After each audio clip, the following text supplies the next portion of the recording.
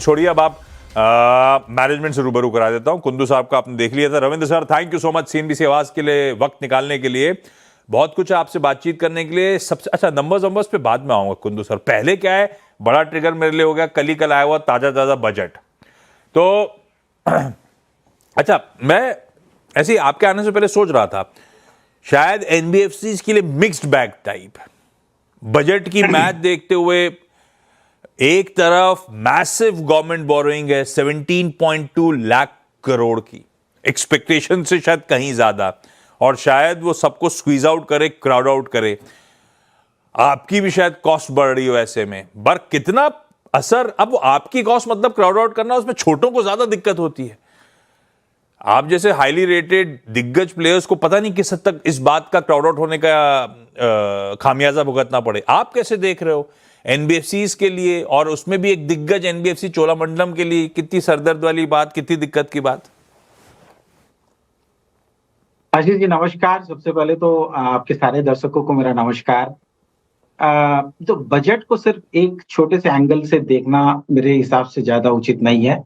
सबसे पहले तो अपने को देखना चाहिए कि बजट का मकसद क्या है। तो मुझे ऐसा लगता है कि बजट का जो मकसद है वो विकसित भारत के सपने को साकार करने के लिए कदम बढ़ाने वाला बजट है, जहां पर आप देखेंगे कि फोकस है कि स्मॉल टाउन्स में काम करना है, युवाओं के लिए काम करना है, महिलाओं के लिए काम करना है, एआई इंफ्रास्ट्रक्चर डेवलप करना है। ये सारी चीजें जो है ग्रोथ लाने वाली है।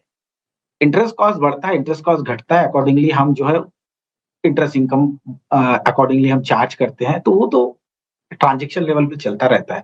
जब कॉस्ट कम हो जाता है तो पास ऑन कर देते हैं, जब कॉस्ट बढ़ जाता है तो भी पास ऑन करते हैं। तो थोड़ा बहुत प्लस माइनस रहेगा, बट सबसे बड़ा इंपॉर्टेंट है कि ग्रोथ होना चाहिए। अगर कंट्री ग्रो कर रही है, और हम इस कंट्री में है जो लगातार ग्रो कर रही है, और आने वाले दिनों में अगर ग्रो करती है, जैसे कि हम देख रहे हैं कि 2047 तक ये भारत विकसित होने वाला है, तो सारे एनबीएफसी, सारे बैंक, सारे फाइनेंशियल इंस्टीट्यूशन को फायदा होगा, सारे पब्लिक को फायदा होगा। तो उसके लिए हमें इतना ज्यादा चिंता करने की जरूरत नहीं है। ग्रोथ रहेगा तो सब ठीक है। दैट इज मैंने तो सिर्फ क्योंकि आपका स्पेसिफिक, मैं एग्री करता हूं आपसे। बजट की गणित करके देखिए, मैंने सही कहा, मैंने कहा ग्रॉस बोरोइंग एक्सपेक्टेशन से ज्यादा बड़ी हैं, पर उसमें एक इंटरनल ये है कि उसका इस्तेमाल कहां हो रहा है। फ्रीबीज के लिए नहीं हो रहा है, केपेक्स पे स्पेंड होगा, नेशन बिल्डिंग के लिए इस्तेमाल हो रहा है। पर मैं फिर भी मैं वापस आऊंगा अपने सवाल पे। क्राउड आउट तो हो रहा है, गवर्नमेंट आएगी, एग्रेसिव होगी इस मार्केट में, और सब कह रहे हैं शायद फ्रंट लोड कर रही हो केपेक्स को। तो अगले 2 क्वार्टर्स में कुंदू सर, ऐसा तो मान के चलूं कि आपके कॉस्ट ऑफ फंड थोड़े से बढ़ते हुए नजर आएंगे। आपकी रीडिंग है कि नहीं है? नहीं, मैं वही आपको समझाना चाह रहा था। क्योंकि कॉस्ट ऑफ फंड कम हुआ है पिछले एक साल में, जो रेपो रेट है 100 बेसिस पॉइंट से ऊपर कम हो गया है, लेकिन सारे एनबीएफसी को उसका 100 बेसिस पॉइंट का बेनिफिट आया नहीं है। क्योंकि सारे लोग जो बोरो करते हैं बाजार से, उनका एक फिक्स रेट बुक रहता है और एक फ्लोटिंग रहता है। फ्लोटिंग का बेनिफिट आ जाता है इमीडिएटली, फिक्स का आता है जब वो टेनर मैच्योर होता है और उस समय उसका रेट कितना रहता है। तो हमने अगर मान लीजिए कि हमारा बोरोइंग कॉस्ट अगर 8.5% रहा होगा, और हाल के दिनों में कम होकर 7.8 आ गया है। मैं सब ये सारे नंबर हाइपोथेटिकल बता रहा हूँ ताकि आप समझे, एग्जैक्ट नंबर नहीं है। और ये 7.8 जो है 8 भी हो जाता है, तो भी जब वो ड्यू होगा तो 8.5 से 8 में ही आएगा ना।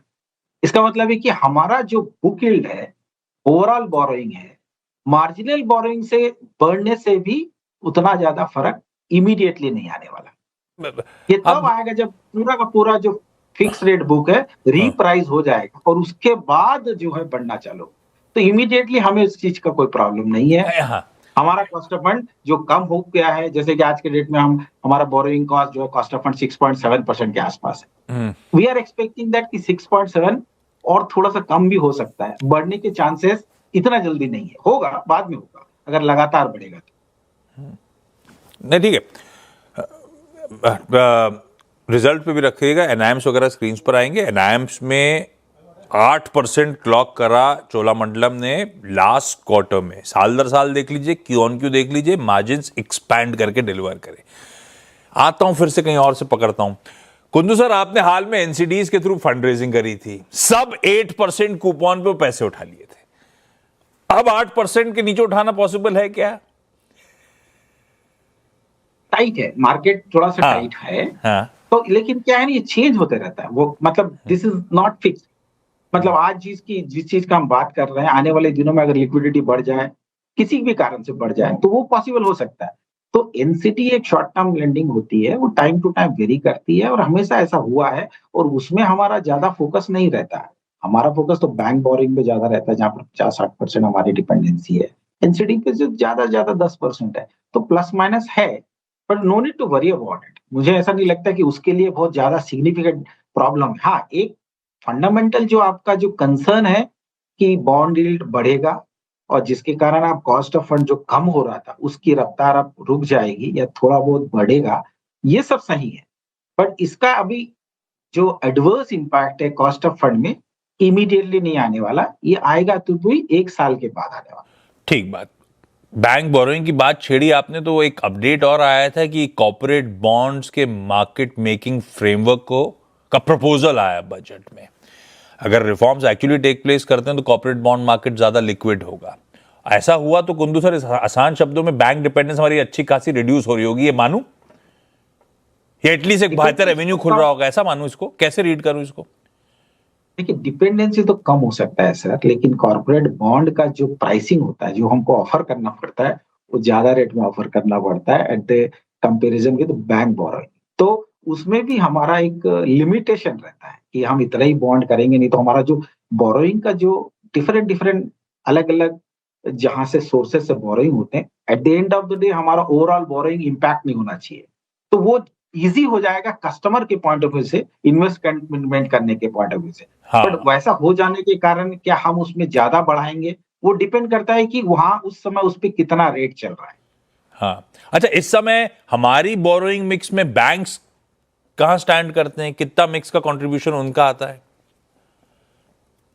जितना भी फिक्स्ड रेट बुक है जो 50% के हाँ। प्लस का है, वो सारे बैंक ही है हमारा। पूरा का पूरा बैंक से, फिफ्टी पूरा सिक्सटी बैंक। परसेंट बैंक से आता है। और बैंक फिर फर्दर दूसरे तरीके से हमको फंड करती है, जैसे सिक्योरिटाइजेशन हो गया, डायरेक्ट असाइनमेंट हो गया, जो अलग मतलब इंस्ट्रूमेंट है। तो ओवरऑल तरीके से अगर आप देखेंगे तो बैंक के ऊपर हमारा जो टोटल डिपेंडेंसी है वो 60-70% के आसपास चला जाता है। अच्छा, इसका पॉजिटिव साइड, जो मैसिव बोरोइंग प्रोग्राम अनाउंस कर दिया जिसने शायद स्ट्रीट को थोड़ा बहुत सरप्राइज करा, हालांकि बॉन्ड मार्केट में बहुत ज्यादा पैनिक रिएक्शन नहीं था। खर्चा जो हो रहा है वो अच्छा खर्चा हो रहा है। 12.2 लाख करोड़ रुपए का केपेक्स अनाउंस करा, 11.2 लाख करोड़ रुपए पिछले साल का बजटेड एस्टिमेट था, तो 1 लाख करोड़ रुपए एक्स्ट्रा तो यही जा रहा है क्लियर कट।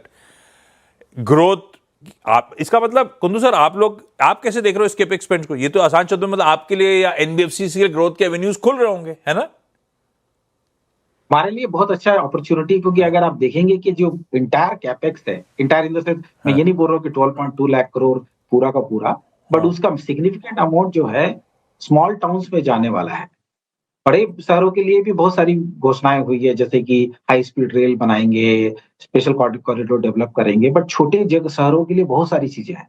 तो जितनी सारी चीजें छोटे शहरों के लिए, किसानों के लिए, किसान के इनकम को बढ़ाने के लिए, महिलाओं के लिए, यूथ के लिए जितनी सारी घोषणाएं हुई है वो सारे, और अफोर्डेबल हाउसिंग में जितना पैसा जाएगा पीएमआई के अंतर्गत, ये सारा चीज जो है वापस एनबीएफसी के पास आएगा या बैंक्स के पास आएगा, जो उस सेगमेंट को एड्रेस करते हैं।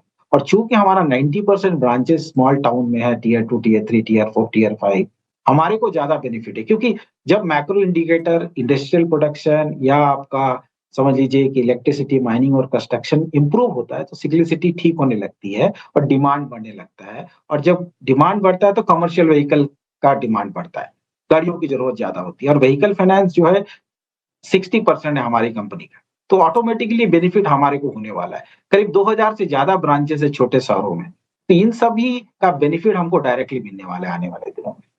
सब अच्छा है मतलब, और नहीं, बजट अच्छा ही है। थोड़ा सा सेंटिमेंट हमारे स्टॉक मार्केट में बिगड़ गया था कि वो एसटीटी वगैरह सोचा नहीं था और वो आ गया, इसलिए अदरवाइज सही में बजट जो पुराना केपेक्स के थ्रू थ्रस्ट देने की कोशिश, बढ़िया एसेट क्रिएशन की कोशिश, वो जस की तस कंटिन्यू कर रही है, ध्यान रखिएगा। अच्छा, एक चीज और थी, एफएम साहिबा ने वो बैंकिंग फॉर विकसित भारत ये कहा था कि हाई लेवल रिव्यू करेंगे इंडिया की ग्रोथ ट्रेजेक्टरी के साथ, बैंक्स को, इवन एनबीएफसीज को अलाइन करने की बात करी थी। इसका मतलब क्या ज्यादा रेगुलेटरी ओवरसाइट की बात कर रही हैं मैम आप पर क्या? नहीं, नहीं, नहीं, इसका मतलब ये है कि जो ग्रोथ हम एक्सपेक्ट कर रहे हैं 2047 के लिए, कि विकसित भारत के लिए सारे के सारे विकास खंड लेवल पे या तहसील लेवल पे फाइनेंशियल इंक्लूजन होना चाहिए, बैंकिंग की फैसिलिटी रहनी चाहिए, नॉन बैंकिंग फाइनेंस कंपनी काम करनी चाहिए। अगर आप छोटे से शहरों में जाते हैं, बहुत छोटे से टियर 4, टियर 5 में अगर बैंकिंग की सुविधा नहीं है, तो एनबीएफसी को पैसा कैश में कलेक्ट करके बड़े शहर में आना पड़ता है, आस-पास के तहसील में, ब्लॉक से तहसील में मूव करना पड़ता है। तो वो सारा चीज़ और कस्टमर के लिए भी प्रॉब्लम है क्योंकि उनके पास बैंक अकाउंट है, लेकिन वो जा नहीं पाता कि बैंक अकाउंट मस्ट है, तो वो बैंक का अकाउंट खोल लिया 50 किलोमीटर डिस्टेंस में। तो अगर बैंक अगर कस्टमर के पास रहेगा और एनबीएफसी वहाँ पर ऑपरेट कर पाएगी, तो ऑटोमैटिकली ग्रोथ फास्ट हो जाएगा।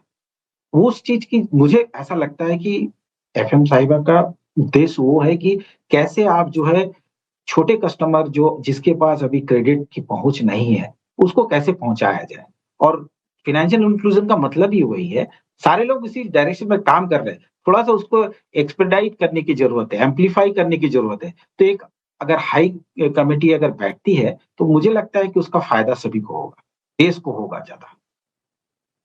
हाँ, आपने एक बात मैं पूछने ही वाला था कि हम जाने जाते थे व्हीकल फाइनेंसिंग के लिए, फिर हमने नए एवेन्यूज पे लोन अगेंस्ट प्रॉपर्टी और बाकी बिजनेसेस, इवन मैं तो अभी देख रहा था वो गोल्ड लोन, गोल्ड डिसबर्समेंट्स, पिछले साल कुछ नहीं था, अब धीरे धीरे करके आप उस स्पेस में भी उतरने की तैयारी कर रहे हो। यहां से आने वाले समय में आपने कोई back of the envelope calculation करे होंगे, एक डिपेंडेंस रिड्यूस होकर 60% पे आ गई है, बाकी एवेन्यूज खुलने शुरू हुए आपके, आप नए नए एवेन्यूज में उतर भी रहे हो।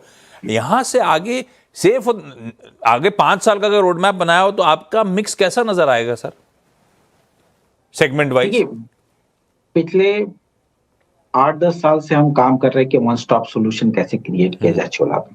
माइक्रो फाइनेंस छोड़ के सारे फाइनेंसिंग के जो भी प्रोडक्ट है हमने लॉन्च कर चुके हैं। Vehicle finance, lap and affordable housing हमारे 3 बड़ी डिविजन्स हैं, जहाँ पर हमारा करीब-करीब 90% का ओवरऑल मिक्स आता है, 10% नई बिज़नेसेस में है। अब ये 10% ऑब्वियसली बढ़ेगा, इसका मतलब ये नहीं कि हम व्हीकल फाइनेंस और लैप एचएल में ग्रोथ में कोई कमी रखना चाहते हैं, सारा का सारा एक्सेलरेटर उसी तरह से दबा रहेगा। पर चूँकि न्यू बिज़नेसेस का अपॉर्च्युनिटी ज़्यादा है, सारे जगह में हम जहाँ भी जा रहे हैं छोटे मार्केट में, उनको सब चीज़ एक जगह में चाहिए। इसका फ़ायदा चोला को, चोला के कस्टमर को, चोला के मार्केट को और हमारे माध्यम से देश को मिलेगा। तो मैं ये मानता हूँ कि व्हीकल फाइनेंस का मिक्स कम हो सकता है, ज़रूर 60% से वो 50% और 50 से 45 आएगा। अफोर्डेबल हाउसिंग और लैब पहले बढ़ेंगे, फिर बाद में सारे बढ़ेंगे। तो धीरे-धीरे, धीरे-धीरे अगर आपको 10 साल का ग्रोथ का प्लान बनाना है, तो आपके पास तो ज़्यादा से ज़्यादा इंजन चाहिए जो लगातार ड्राइव करे आपकी ग्रोथ को। आप कितना दिन तक 1 ही या 2 या 3 बिज़नेस पे डिपेंड करेंगे। तो हमने अब 8 बिज़नेस को बना लिया है। तो हमारी ये इच्छा है कि आने वाले दिनों में ये सारे के सारे 8 के 8 business they are all firing from all cylinders, time to come. बढ़िया है। खैर उतरे हैं तो ये उम्मीद से उतरे होंगे कि बड़े हों अपने अपने सारे वर्टिकल्स, अपने आर्म्स। लेकिन कुंदू सर, हमेशा मजा आता है आपसे बातचीत करके, लेकिन समय खत्म हो गया क्योंकि एलआईसी के एमडी साहब भी इंतजार कर रहे हैं। Thank you so much sir जुड़ने के लिए, आज वक्त निकालने के लिए, ब्रेक के उस पार।